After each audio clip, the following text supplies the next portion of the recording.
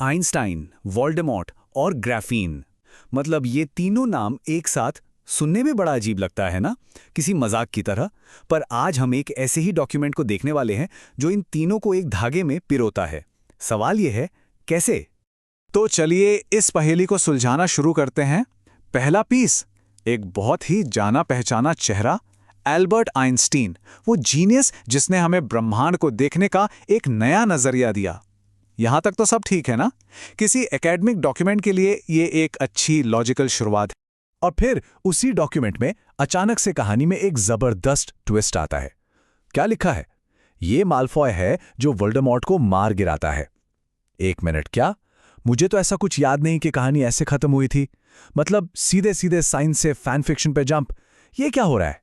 तो अब पहेली साफ है। एक तरफ यूनिवर्स के नियम, दूसरी तरफ जादू की दुनिया की एक बिल्कुल नई कहानी। आखिर इन दो अलग अलग दुनियाओं में कॉमन क्या हो सकता है, और ये एक ही डॉक्यूमेंट में कर क्या रही हैं? और इसका जवाब वो छिपा है Bharat institute of engineering and technology के एक डॉक्यूमेंट में। साइंस, फिक्शन, सब कुछ एक ही जगह। तो चलिए अब इस रहस्यमयी डॉक्यूमेंट की एक एक परत को खोलकर देखते हैं। तो चलिए एक आर्कियोलॉजिस्ट की तरह इस डॉक्यूमेंट की खुदाई शुरू करते हैं। और इसकी पहली ही परत हमें ले जाती है महान विचारकों की एक गैलरी में। और सुनिए, ये कोई ऐसी वैसी लिस्ट नहीं है। यहां आइंस्टाइन के साथ साथ 12वीं सदी के गणितज्ञ भास्कराचार्य भी हैं। फिर केमिस्ट फ्रिज हाबर के साथ कवि रविंद्रनाथ टैगोर भी। मतलब साइंस, आर्ट्स, हिस्ट्री सब कुछ मिला जुला है। आखिर इसे लिखने वाला हमें दिखाना क्या चाहता है? और फ्रिट्ज हाबर का उदाहरण हमें बताता है कि ये डॉक्यूमेंट सिर्फ सतह पर नहीं तैर रहा है। देखिए, एक तरफ तो वो नोबेल प्राइज विनर हैं, जिनकी वजह से आज दुनिया का पेट भर रहा है, और वहीं दूसरी तरफ उन्हें केमिकल वॉरफेयर का जनक भी कहा जाता है।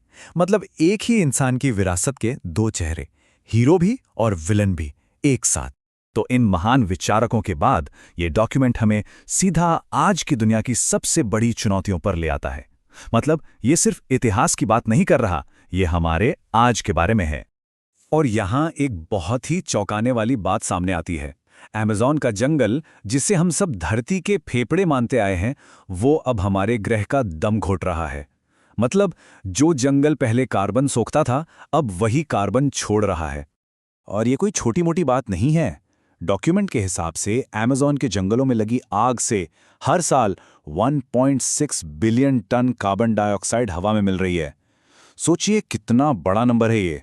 पर्यावरण की इस बड़ी चिंता के साथ साथ ये डॉक्यूमेंट हमारे दौर की एक और बड़ी चुनौती को भी नहीं भूलता, कोविड-19 महामारी। ये हमें याद दिलाता है कि कैसे एक छोटे से वायरस ने हमारी जिंदगी और पूरी दुनिया की इकोनॉमी को बदल कर रख दिया। लेकिन रुकिए, ये डॉक्यूमेंट सिर्फ प्रॉब्लम गिराने के लिए नहीं है, ये उम्मीद और तरक्की के रास्तों की भी बात करता है।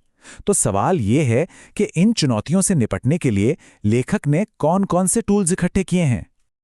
और यहां मेरी सबसे पसंदीदा कहानी आती है। ग्राफीन, जिसे फ्यूचर का मटेरियल कहते हैं, उसकी खोज कैसे हुई पता है? किसी बड़ी हाईटेक लैब में नहीं, बल्कि एक शुक्रवार की रात को बोरियत में दो साइंटिस्ट स्कॉच टेप से खेल रहे थे और उन्होंने इतिहास बना दिया। कभी कभी बड़ी बड़ी खोजें ऐसे ही हो जाती हैं। अच्छा, तरक्की का एक और टूल, भाषा। लेकिन ये डॉक्यूमेंट इंग्लिश को सिर्फ एक सब्जेक्ट की तरह नहीं देखता, ये इसे एक चाबी की तरह देखता है। एक ऐसा टूल जो दुनिया से जुड़ने और करियर के दरवाजे खोलता है। तभी तो इसे कॉर्पोरेट जगत में सबसे जरूरी एम्प्लॉयबिलिटी स्किल कहा गया है। तो अब तक हमने साइंस, हिस्ट्री और ग्लोबल इश्यूज की बात की। सब कुछ काफी सीरियस था। लेकिन अब ये डॉक्यूमेंट एक ऐसा मोड़ लेता है जिसकी उम्मीद किसी को नहीं थी। अब इन सारे फैक्ट्स के बीच से हमें लेखक की अपनी आवाज सुनाई देने लगती है। और लीजिए, हम घूम फिरकर वापस हैरी पॉटर पर आ गए। जिस लड़के ने जीना था वो गिर गया। अगला रक्षक कौन होगा? हाँ, माल्फॉय। मतलब आइंस्टीन और अमेज़न के बीच में ये फैन फिक्शन।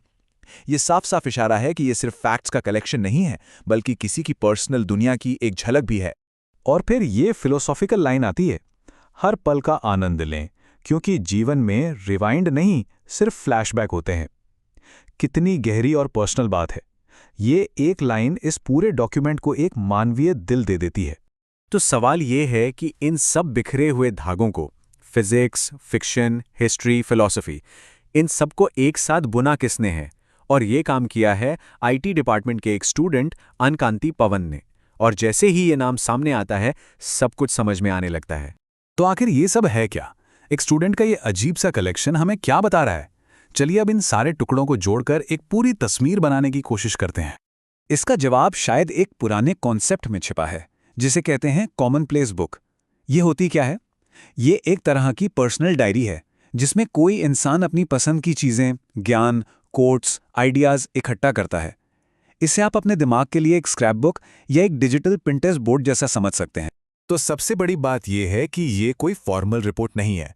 ये तो 21वीं सदी के एक स्टूडेंट की लर्निंग जर्नी का आईना है। फिजिक्स, इतिहास, क्लाइमेट चेंज और फिक्शन से गुजरती हुई एक पर्सनल यात्रा। और आखिर में ये हमें एक सवाल के साथ छोड़ जाता है।